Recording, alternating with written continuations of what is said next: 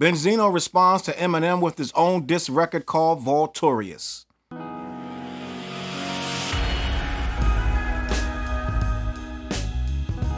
What up, world? It's your boy Charles Brown back again talking facts. Hit the like button, hit that subscribe, hit that notification bell. Head on over to CLBMG.com to see what we got cooking over there. Yo, listen. Rule number one, when you drop a battle record, a diss record, a response record in any era is to pick the right beat. I have a lot to say about this Eminem diss by Benzino called Vulturious. I hope I'm saying that right. I'm going to keep it fair, but I am going to be brutally honest when it's time to be.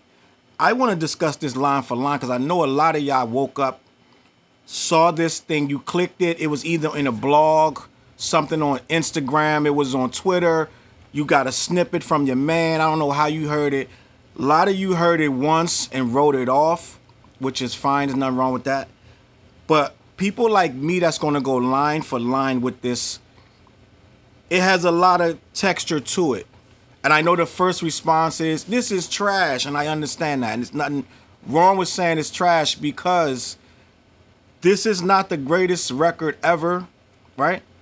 But it ain't as bad as y'all making it. I understand we supposed to instantly just write Benzino off, and I get that. And that's what his skill set has allowed us to do. Sit back, get you a drink, because we're going to be here for a while. I want to talk about this whole thing. First of all, for some reason, right before I hit play on this, my YouTube was open, and it just started playing Nail in the Coffin by Eminem, which is a Benzino diss, which literally came out in 2007. Literally came out in this was Eminem full on dissing Benzino. If you haven't heard Nail in the Coffin, go back and listen to that. And it literally could be the response to this. Absolutely not much has changed since Eminem dissed Benzino. And Eminem was super worked up on this song. I guess Benzino had pushed him to the brink of insanity because he went really, really crazy at Benzino on that record. And a lot of stuff he said could be said right now. He called him grandpa. He said, you're too old to be rapping. You'll never have a career. He said, I would never use my daughter to make money and get fame in the business. And this was 16 years ago. It was a lot of stuff Eminem said on that record. Now, what I want to do with this record, I want to go line for line. And as easy as it would be to clown Benzino, like we clowned Melly Mel, and what I did with the Melly Mel breakdown, I went line for line. I told you what was good, what was bad about it. A lot of people are just going to go for slap shock reactions. I'm going to go as to why Benzino on this record, yeah, some lines on here. It's some bars. We're not going to act like it ain't a couple bars on here. But for the most part, this is why Benzino is outmatched when it comes to this particular battle. They've been battling or back and forth for 16 years, at least. That's the minimum. When Eminem dropped the Nail in the Coffin, I just told you, that was 16 years ago, bro. Let me do the math. 2007, blah, blah, blah. Only reason I know it was 16 years ago because YouTube said 16 years ago, right? And you're still at it back and forth. Even when Benzino, I think Benzino called a truce on this thing about 3-4 years ago. It was a truce. I'm not talking about Eminem no more, da-da-da. Yeah, right? And he still do interviews. He still can't get over the white guy in rap thing, which is okay if that's how you feel. But I'm also under the impression that Benzino is half white. I don't know if that for sure. But if that's true, it's kind of a little weird and it's low key. I'll be the first person to say it. It's self-hate. If I'm a black guy and I keep going at another black guy for doing something about his race, it's kind of like, let me just move on. So, end of the day, we got Vulturious, which is Benzino's response to Eminem, who did take shots at Benzino. Now, when I heard the Eminem clip, I instantly wrote it off. I'm like, really not? We still talking about Benzino. I don't really care. I don't know what triggered him. I know that it was like some new interviews that Benzino has done, and he's still dragging out he's the Elvis Presley of rap. He thinks he's tough. He's not tough, and I'm going to expose him. I've seen these interviews. And Eminem has been, I'm thinking Eminem low-key bored, let's be honest. Because he clapped back at Melly Mel, like, da-da-da. Like, I think Eminem is just a little bit bored. He's trying to spice it up, and he does. Every time he does these things, it spices it up. The internet goes nuts. He gave, honestly, in a backhanded way, he's giving these dudes life, let's be honest. Melly Mel had more traction in the last year than he's had in 15 years. When Eminem said them few bars about him. I think in a backhanded way, Eminem is doing this on purpose to give these dudes life.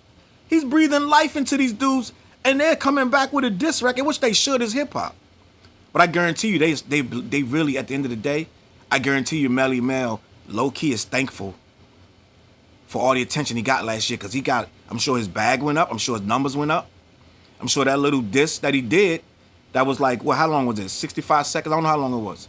I'm sure that got him a nice little bag because it did numbers, right? So end of the day, I think Eminem might low-key be giving these guys a little breath of life for him, just to give it to him. Because now, who was talking about Benzino yesterday, other than Coi Leray, other than him having beef with his daughter? I want to go line for line. I had to sit and write every single line. I did it with the Jim Jones diss. I did it with the Melly Mel diss. I did it with Pusha T diss. Line for line, because I am a lyricist, and a lot of lyricists watch this channel. And a lot of lyricists gonna break this thing down for more than what the actual words say on the paper. Now, I'm under the impression, I fully believe someone wrote this for Benzino. Some of this stuff was written for Benzino. Now, rule number one, he picked a good beat. Let's just start there. Everybody thinks that's the Jay-Z, what's the name of the song? I forgot the name of the song. The Jay-Z song, where he says, who's number one, Jay-Z, Biggie, or Nas, da-da-da, right? But he didn't use that beat first. Biz Markie, if I'm not mistaken, used that beat first. That's the exact way that Biz Markie used that beat. And it was dope when Biz used it. It's just a dope hip-hop beat. So score one, it takes the beat first. When Pusha came back at Drake, he used the classic Jay-Z beat. This one, people are going to equate this to a classic Jay-Z beat because Jay made the song bigger than Biz Markie did, but we consider this a Jay-Z beat at this point, where I'm from, right? So number one, he picked the classic beat. That right there get him points. We're going to start there. Beat is dope. When you heard the beat, you're like, oh, because he could have used a corner. He could have got some random dude from anywhere, from the bean anywhere. Just throw me a beat, I'm going to get this dude, right? And it wouldn't have hit like this. In almost every single classic beat, every single classic diss, the beat is important. And lately, in the age of the internet, everybody that's coming back at people are using dope beats to try to like sheath her and you know, they trying to use a dope beat that's already. So I'm gonna give Benzino points for the beat. Let's start there. Now the subject matter is why I'm thinking a lot of these older cats aren't equipped. There's many reasons why they're not equipped for these battles anymore. Benzino was never really equipped for this battle. But this honestly is better than I thought it was going to be. Yes, his flow gets choppy. Yes, some of the stuff he's saying that don't make is goofy, right? But the proof bar, we're not going to act like that's not a bar. Now, I don't know. When you first hit a bar, it's scrunch your face up. It's crazy. Like, yo, he didn't spin the block for proof. It's a wild bar. In this day and age, that's a wild bar. We're not gonna act like that's not a bar. That's heavy. That's a heavy problem. But then I'm thinking, I'm like, I didn't even get to do the research. I'm thinking like, didn't the dude shoot him? And I think the dude might have got arrested that night. I don't know. Who we spinning the block on if the dude is either they don't know who it is or he got arrested that night. I thought that, I don't know. But it's still a hard bar. But the bars don't always got to make the most sense. But if the dude is already rest up, who we spinning the block on? If the dude is already locked up, dead, or we don't know the details, but it's still a hard bar. That's one of the probably two hardest bars in the whole diss. But we're talking about Eminem, bro. Like, this is a problem. He said everything about himself. And the problem is what people don't understand when they're dissing Eminem, you cannot repeat stuff that you've already said for 16 years and then try to put it into a record and think it's going to hit hard. You're Jim Crow. You're Willie Lynch. Like all this stuff. Like, I get it. That's what he's mad about. And that's what I mean. Older guys, when they get in these rap battles, they go off emotions. They don't understand that a rap battle is not about emotions. The older gentlemen, right? They wanna tell you why they so mad. I've been mad for 16 years. Melly Mel and Benzino been mad for 16, 20 years at this white kid because he's eating off this da-da-da-da-da. It's a lot of white guys eating off this da-da-da-da-da. He ain't the only one, but for some reason, they want to point at him, right? That's not going to win no battle with Eminem telling him he's a culture vulture. They've been saying culture vulture for 15 years. No one's out of the game. LYRICAL still eating. Vlad is still eating. Adam 22 still eating. Y'all calling them culture vultures. They still eating. This not going to get it, bro. And that's why these old guys are always going to lose to Eminem. I'm going to go line for line. I know I talk for a while, but this is my channel. This is what I do. I talk. These older guys don't understand the game is about reaching into something that no one else has said. When you watch a battle, these guys get into these guys' business. They get into their personal life, right? They get down in the dirt of their lives and they try to hurt them, bro. This not going to hurt Eminem. He's lacking melanin. He wants to be white. He's heard that already. This not going to hurt him, Benny. This not going to work. But I'm going to read it line for line because it's not as bad as we want to say it is. It's just not as bad. His flow was better than I thought it was going to be. It's better than Melly Mel's diss. It is honestly better. It's better. Right? I know people first instinct is to laugh and da-da-da, but it's not that bad of a rap diss. Let me go line for line. Eminem, right, question mark, should be called Skittles. Sweet ass MF. I can't really curse because they're going to demonetize my channel, so I'm going to try to keep it as clean as possible. Candy ass Eminem. B ass Feminem. Maddie like melanin. On volume turned up again. Ah, shit, here we go. Benzino versus Jim Crow. So that's the opening bars. I think that was like 6, what was that, 4 to 6 bars? I don't know. But right there, Skittles. I'm going to stop you right there. No, Skittles should not be spoken on this record anywhere. First of all, people like Skittles. Who don't like Skittles? So we starting it. I guess he relating the Skittles to candy because he called him candy ass. Yo, woobity poo candy ass. Right? He don't like candy ass people. So Skittles, but no. So right there, that already sets the tone that this is going to be garbage. And I think these old heads are getting in the studio with people that's gassing them and telling them that this is good stuff. Da-da-da-da. No. So, Skittles, sweet ass MF, a candy ass Eminem, bitch ass Feminem, mad he lacked melanin. He could want to be darker, who knows? But that's irrelevant because it's not going to hurt him. He said he's on volume, turned up again. Ah, shit, here we go. Benzino versus Jim Crow. Okay, I'm going to let you have that. He said, I know he a custy when I see one. I know a custy when I see one. How many times you overdose? Cracker on crack. Who rap or hate black, and it shows. You cannot say he mad that he lack melanin and then say in 2 sentences later that he hates blacks and it shows. This is inconsistency. It's inconsistent. So it needs to make sense through you cannot flip-flop in the middle of your beginning lines. Let me continue.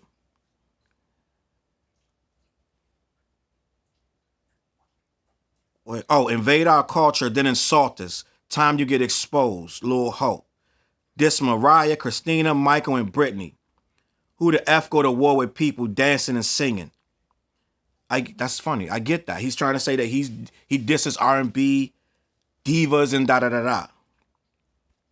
And that is a knock on Eminem's legacy. But Eminem has everybody that has dissed him. He's came back at Ja Rule. He came back at Cannabis. He came back at Melly Mel. He came back at you. And got flack every time because he was white, dissing a black guy. But it's a rapper dissing a rapper to me. This is my thing. When you say he dissed Christina, Mariah, da-da-da. These are pop divas. They get criticized all the time. And I understand that, yeah, he threw little shots at him, but I don't think he went to war with him. I don't see a full-on... Him and Mariah had a relationship issue. And M was on a lot of drugs, let's be honest. So he probably snapped on these people. Half of that Mariah stuff was him mad that she dumped him or whatever happened, and then drugged out and just wrote some crazy stuff and went out. It is what it is. But he dissed rappers too. Now, the line that nobody's talking about is he said, don't F with 50. This the line nobody is going over people's head. That he low-key just threw a shot at 50 Cent, if I'm interpreting this right. He said, don't F with 50 to keep it a buck. You ain't tough. Right? That's the line that we need to be talking about because he just dissed 50. Now, if 50 going to respond, does 50 care? 50 going to ride with him no matter what. But now, Benzino got to walk out here dissing 50 at this point. Which I don't know if 50 even would give it too much thought. But you got to think, old 50 Cent versus Benzino, this would be a whole problem. He already riding with Eminem anyway. So he said, don't F with 50 to keep it a buck, you ain't tough. Your baby mom could get a bag like how Cassie did Puff. It's so much wild in there. So now I get it. When he said you ain't tough. He did an interview recently where he says Eminem started to act like he's tough. We know you ain't tough. You ain't from Detroit. You a white boy, play your position. Be who you are. Stop trying to act like you tougher than you are. Da, da, da. I get that and understand what he's trying to say. He's trying to say, you're playing in a field with a street dude. Don't say you tough. And on Nail in the Coffin, which is, I say, is 16 years ago. You got to think he's young, he got hubris. He did tell Benzino, come fight me. He said it 2 times on the record. Right? That's 16 years ago. Y'all wasn't in y'all, like, you know what I'm saying? Like, y'all wasn't 40 and 50 years old. Y'all was young. This is a young dude talking to an older dude that was still, Benzino still, in 07. Benzino probably wasn't barely 40 and damn self. He was in his 30s too. And Eminem was in his 20s. So at that time, yeah, he told you, come fight me, da da da. He was acting, and I don't think this is what I'm trying to say. I don't think you gotta be tough to say, come fight me. I really think the term come at me, bro, came from a nerd, right? Come at me, bro. I think that was some nerd gamer or something like that. Was never a tough guy line. Come at me, bro. You know what I'm saying? That was never tough. But that was a dude that's fed up and ready to fight. I don't think you got to be tough. I don't think you're acting hard, street, just because you told a dude, come at me, bro. You know what I'm saying? So it's like Benzino's taking this stuff like he's acting tough. That's what a bully says when a dude finally stands up. Benzino bullied this dude for years. Let's just be honest. So I don't think when you bully somebody for years, Benzino was on his ass, bro. Benzino had the whole Source magazine, wouldn't do this and that with Eminem. And he owns the book. And always has something negative to say, bully this dude till he snapped. It was like, come at me, bro. And then Benzino's like a bully. It's like a bully that bullies you. Then you finally say, I'm not giving you my lunch money. He hits you with 2 peak, bang, bang, sleep you for acting tough, right? I don't think Eminem is acting tough. I don't think he's acting tough. I think any man gets pushed, he gonna push back sooner or later. So Benzino with the narrative that he's acting tough, now I'm gonna put him in his place, I think it's some bully mentality. And I think it's old school, hardcore, on some jail penitentiary, I'm gonna rough him up because he's talking back. I think this is why Benzino is going to struggle trying to diss Eminem. Now, I get it. Some people are gonna ride with this because some people, all you gotta say is black and white, and they're in. They're full on, 10 toes, I'm riding. Like, they're going to ride no matter what. If you say, like, this is like on the street. If you see a white dude sometimes getting out on a black dude, another black dude might come up and sleep him from behind just because. And it is what it is. It doesn't make no sense. It doesn't matter. They might come and sleep him and just do whatever to him because he's white. So some people going to ride with Eminem no matter what. I mean, I'm sorry, going to ride with Benzino's narrative no matter what. And it's okay. It's whatever you feel it is. I'm going to look at it from both sides because it's a man versus a man. I don't think it's him trying to be tough. Oh my God. But that's how Benzino wrote this, as a dude trying to check a dude that's acting a little too brolic. He wrote this from an old school 90s, like hood mentality. I'm a muscle him, I'm a da-da-da. But that don't work on paper and that don't work on in the booth. It has to be wittier than this, especially in 2024. If you released this probably 16 years ago, it might have had more impact. But let me keep it moving. So he said, your baby mom could get a bag like Cassie did Puff if they read your lyrics in court like how they did Young Thug. From the drugs, chopping her up, tossed in the trunk, you a punk.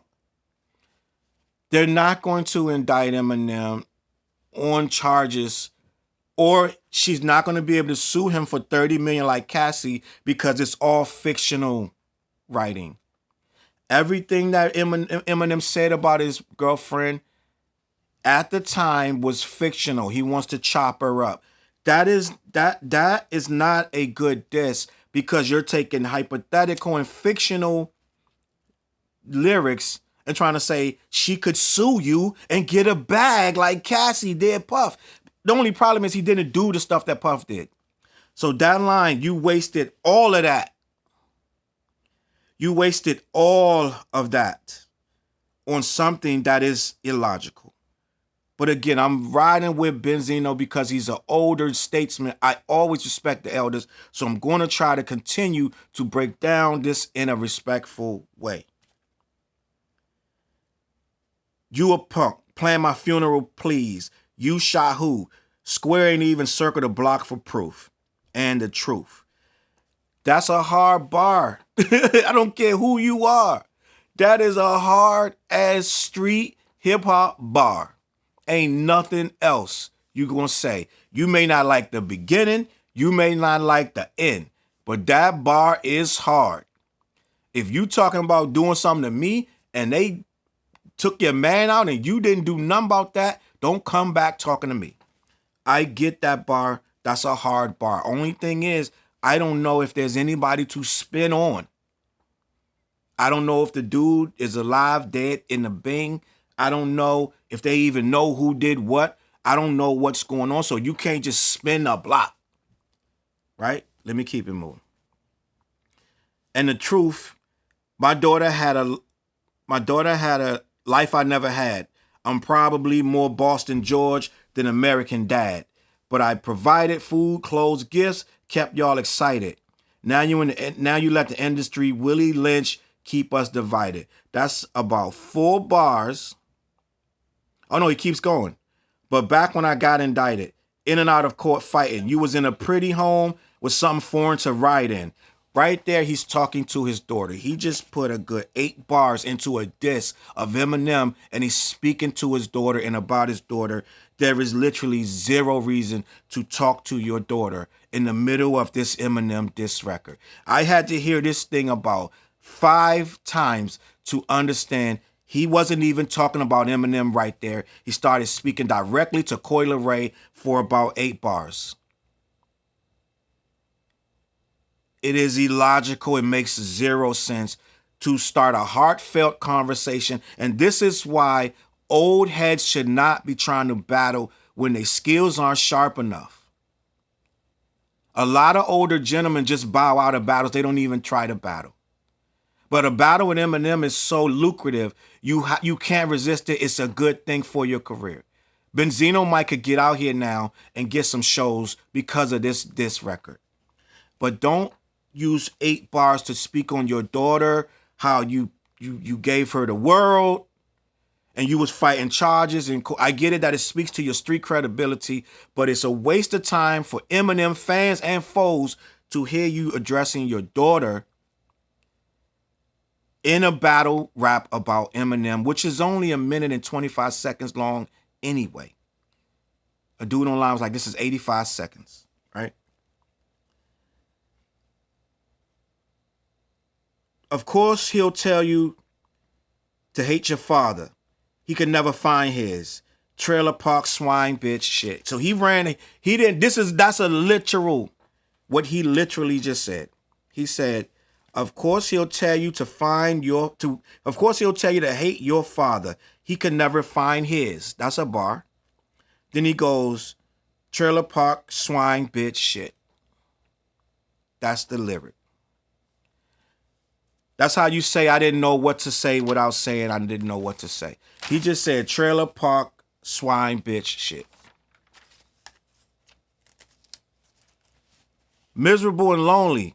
And we think they cloned you. You look weird. I don't care about how much just for men. I'm saying that all crazy. Let me start it over. Let me get it and put some respect on this. Miserable and lonely. And we think they cloned you. You look weird. I don't care about how much just for men they put on you. That's funny. He's saying that Eminem is using just for men, and he probably is. The beard is clear, it's clean, it's fresh. It's full, it's beautiful, right? So he probably is putting a little just for men comb. They probably hitting them with the spray and all that. That's what grown men do. It is what it is. It's funny. It's still funny though. I don't care how much just for men they put on. That's funny. Eminem gonna laugh at that. It's funny, bro. Let me keep it moving. Never seen you with a girl, never seen you with a bitch, but got a song, What If I Was Gay by Joyner Lucas. But got a song, What If I Was Gay by Joyner Lucas. I'm done. Never seen you with a girl, never seen you with a bitch, but got a song, What If I Was Gay by Joyner Lucas. Or with Joyner Lucas. I guess how you interpret that bar, it could be hard, or it could be inflammatory to some people, right? I think it's not a bad bar to leave on if you're trying to insinuate his sexuality is in question, if you're trying to insinuate his masculinity is not intact, and you're trying to prove that he's feminine. You're going to say, we never see you with girls. You only got songs where you're talking about what if I was gay. It is a good bar in a rap battle that is meant to hurt, crash, crush, destroy, maim, abuse your character, and make you feel less than tough, which is what a rap battle is. That is not a bad bar. But overall, I think it was too much drifting of all over the place. And it's too short. But I'm going to say it's not only that it's too short, it is a lot to write for someone who's not lyrically shaped, right? That nail in the coffin, M just went on and on and on and on and on. You're not going to diss Eminem with a song that's 1 minute and 25 seconds. Eminem opening verse is going to be that, right? His opening verse before he gives you with the other two, right? And it's going to all be about you, right? He's going to address everything you said and flip it back to you, which he did in the Nail in the Coffin. I think Nail in the Coffin could be the literal response to this, because it's literally everything he would say right now to this day. Benzino, the track is not as bad as people want to make it. It's not as bad. The beat is dope.